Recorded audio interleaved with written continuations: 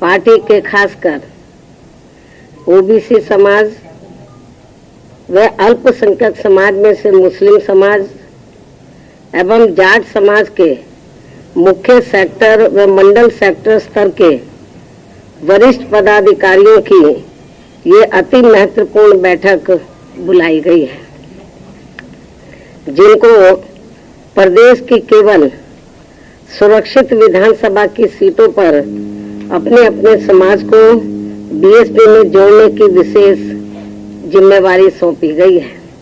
इनके साथ साथ प्रदेश की सामान्य विधानसभा की सीटों पर भी अलग से इन वर्गों के अन्य लोगों को भी लगाया हुआ है, जिनकी मैं पिछले महीने समीक्षा कर चुकी हूँ।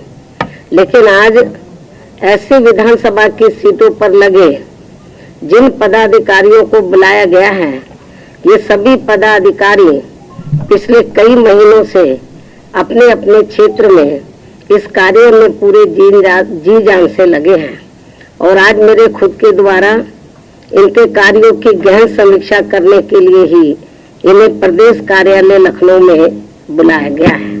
वैसे आप लोगों को ओबीसी वर्गों के बारे में ये मालूम होना चाहिए कि आज यूपी सहित पूरे देश में अति पिछड़े वर्गों के लोगों को विशेषकर शिक्षा एवं सरकारी नौकरियों आदि में जो इन्हें आरक्षण संबंधी सुविधाएं मिली हैं, तो ये सब वास्तव में पूरी की पूरी देन देश के करोड़ों दलितों, आदिवासियों एवं अन्य पिछड़े वर्गों के मसीहा व भारतीय संविधान के मूल निर्माता परम पूज्य बाबा साहब डॉक्टर भीमराव अम्बेडकर की ही है, जिनकी कृपा से ही संविधान में अनुच्छेद 340 के तहत इनको ये सुविधा देने के लिए तब फिर कमीशन बना। लेकिन इस मामले में अति दुख की बात ये भी रही है कि केंद्र में रही आजादी के बाद लंबे अरसे तक केंद्र में रही कांग्रेसी सरकार के समय में ही मंडल कमीशन की रिपोर्ट आने के बावजूद भी इस पार्टी की सरकार ने इसे लागू नहीं किया था, जिसे फिर बीएसपी ने ही अपने अथक प्रयासों से केंद्र में रही श्री बीपी सिंह की सरकार से लागू करवाया था और तब फिर जाकर देश में ओबीसी वर्गों के लोगों को दलितों व आदिवासियों की तरह इन्हें भी काफी कुछ ये आरक्षण की सुविधा मिली है, जिसे अब केंद्र व राज्यों की भी जातिवादी सरकारें इनके आरक्षण को आए दिन नए नए नियम व कानून आदि बना के तथा कोर्ट कचहरी आदि का भी सहारा लेकर प्रभावहीन बनाने में लगी है। यही हाल हमें यहाँ इन वर्गों का यूपी में भी देखने के लिए मिल रहा है। इसके साथ साथ पूरे देश में दलितों, आदिवासियों व अन्य पिछड़े वर्गों के लोगों के साथ हर स्तर पर हो रही जुर्म जाति भी अभी तक पूरे तौर से बंद नहीं हुई है।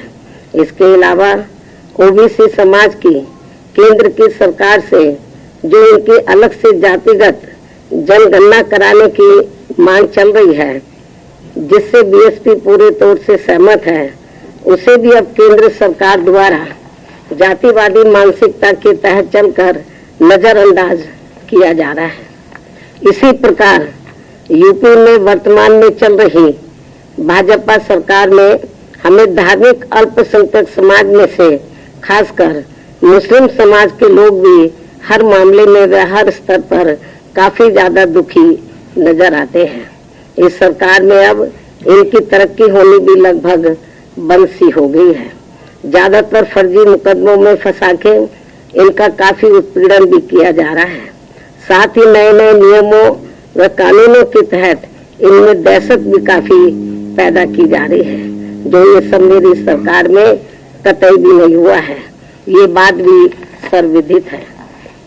लेकिन इससे बीजेपी का इनके प्रति सोतेला रवैया भी साफ नजर आता है, जबकि बीएसपी की रही सरकार में इनकी तरक्की के साथ साथ इनके जान माल आदि की भी पूरी हिफाजत की गई है। इनके साथ साथ जाट समाज के लोगों की भी तरक्की का पूरा ध्यान रखा गया है। इसी प्रकार आगे भी यहाँ बीएसपी की सरकार बनने पर इन सभी वर्गों के हित व कल्याण का पूरा ध्यान रखा जाएगा और इन सब के बारे में प्रदेश में पार्टी के ओबीसी व जाट समाज एवं मुस्लिम समाज के आज आए हुए सभी पदाधिकारी अपने अपने समाज की छोटी छोटी बैठकों के जरिए ये सब बातें काफी कुछ बता रहे हैं, जिसके कारण इन वर्गों के लोग बड़ी संख्या में पार्टी से जुड़े हैं।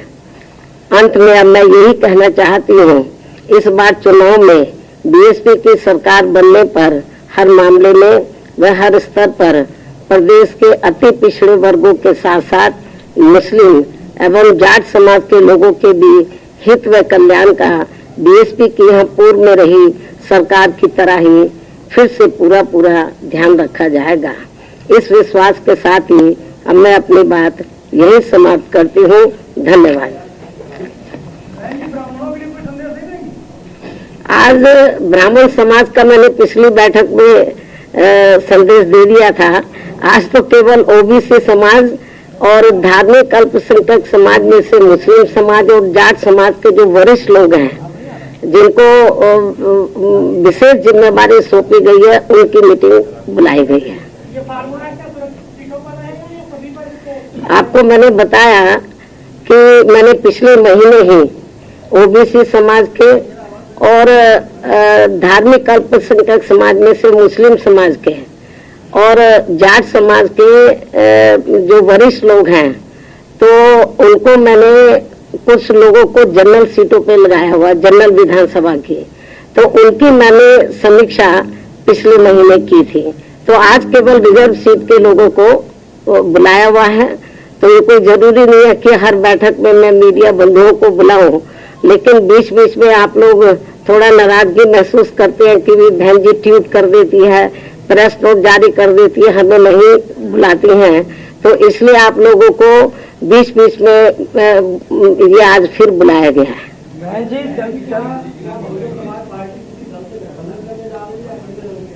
इस बात का जवाब मैं एक बार नहीं कई बार दे चुकी हूँ और मेरे ख्याल जब मैं इस बात का जवाब देती हूँ लगता है आप सोते रहते हैं। मैं कई बार कह चुकी हूँ, आज फिर इस बात को दोहराना चाहती हूँ कि बहुजन समाज पार्टी अकेले अपने बलबूते पर ही उत्तर प्रदेश की 403 विधानसभा की सीटें हैं, सभी सीटों पर अपनी पूरी और दमदारी के साथ चुनाव लड़ेगी और हमें पूरा भरोसा है कि हमारी पार्टी सन 2007 की तरह फिर से पूर्ण बहुमत के आधार पर सत्ता में आएगी।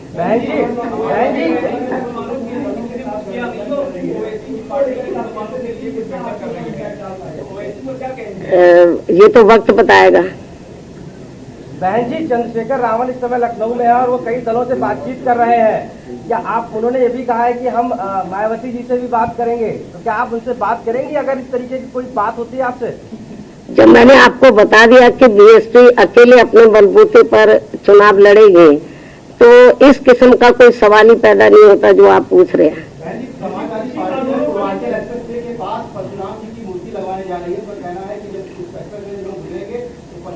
इस बात का ये जो आपने सवाल किया है, इस सवाल का जवाब उन्हीं से पूछे तो ज्यादा अच्छा होगा। अब मैं आप सब लोगों का धन्यवाद अदा करती हूँ। हाँ, पूछो एक एक करके। हाँ, देखो, राज्यसभा के जो 12 सांसदों को जो निलंबित किया गया है, तो ये पिछले सत्र में किया गया था, ये अब शीतकालीन सत्र चल रहा है।